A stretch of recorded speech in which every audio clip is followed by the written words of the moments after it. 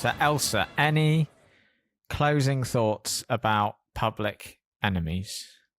No, I really liked it actually, and I think that even though we said there weren't really any light moments in the movie, um, It's not I heavy. I wouldn't think say it's heavy though. yeah, Like, I didn't find it was heavy. I think there was enough humanity and sort of general everyday frivolity in the characters of Dillinger that actually it was quite easy to watch.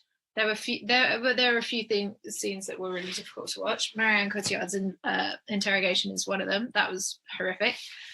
She's an incredible actor.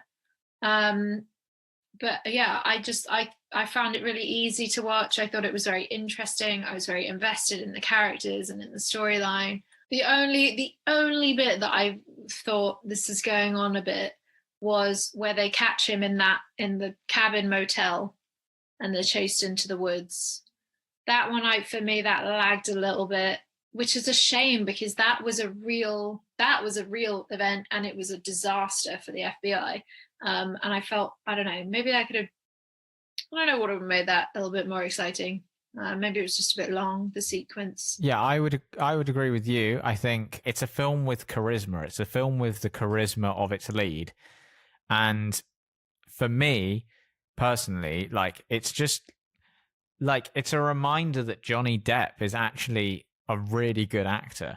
And I feel like Johnny Depp, we just think of him now as playing these sort of either weird Tim Burton characters or Jack Sparrow. And you forget like how good Johnny Depp is. And it's interesting. God, I don't. Oh, okay, well maybe you don't, but I like personally, I forget Johnny Depp is like how good Johnny Depp is, and it's always a pleasure to actually see him play like a real person, not just in the sense of like obviously John Dillinger is a real person, but like so many of his characters these days are so sort of outlandish, fantastical that it's nice to see him play someone that is like feels real. And he has so much charisma in this film that really just like pushes it along, and that's why I say it's a film with charisma, not just because of Johnny Depp, but like everything down to the music, the choices of the songs in it that are mostly Otis Taylor songs, which is always nice. And also it's like it's an incredible cast. Like the cast list is incredible.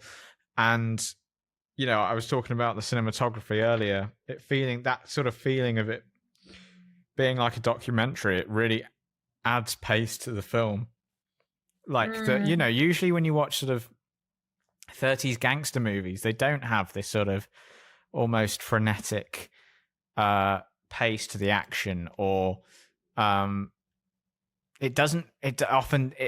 they feel much more theatrical in a sense. It feels like a lot more removed, because they're usually this felt more like a fly on the wall, didn't it? Yeah, they're usually filmed with like locked off cameras, just like very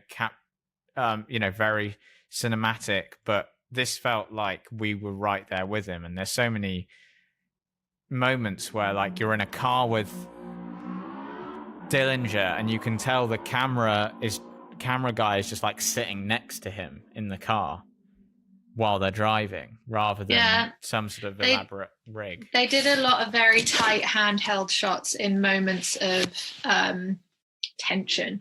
At the cabin, that was another one where Christian Bale Purvis like falls to his knees seeing the civilians that he shot, and that there's a bit of wobbly camera happening there, and I think it was a really nice touch. I mean, someone actually mentioned to me today, a friend of mine said, and I didn't notice this, but being one of the first digital movies to be shot, apparently, they were used to film and things that film pick up. So apparently in this film, you can see like chalk marks and things on the costumes where the costumes have been taken in, and that kind of thing. I didn't see any of that personally.